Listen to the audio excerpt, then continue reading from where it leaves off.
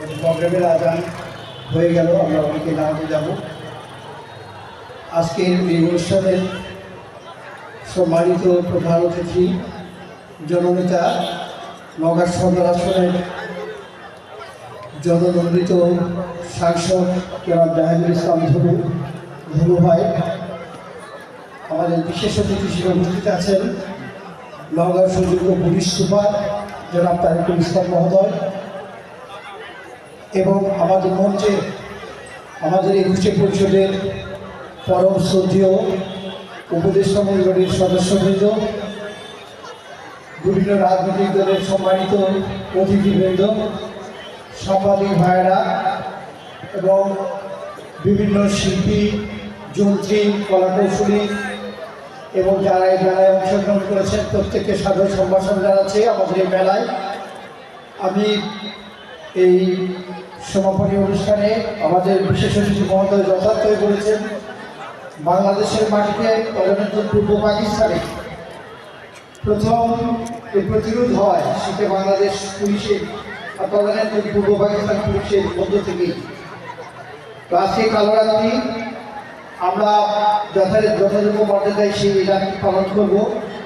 আমাদের মেলাটা চলবে 7 দিন ব্যাপী।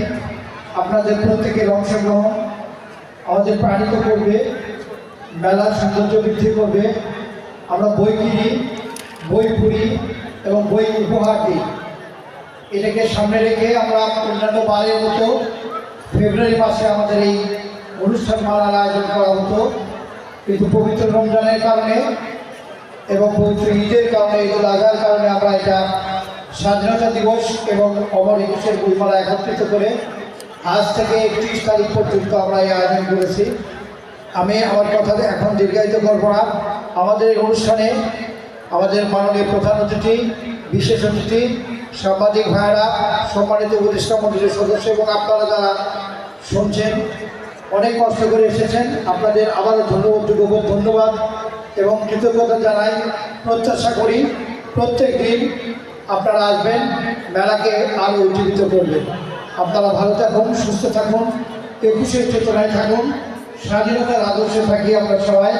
আমরা বই পড়ি এবং বই কিনি। সবাইকে অসংখ্য ধন্যবাদ এবং কৃতজ্ঞতা জানিয়ে এই সমাপনী অধিবেশনের সমাপ্তি ঘোষণা করছি। সবাইকে অসংখ্য ধন্যবাদ।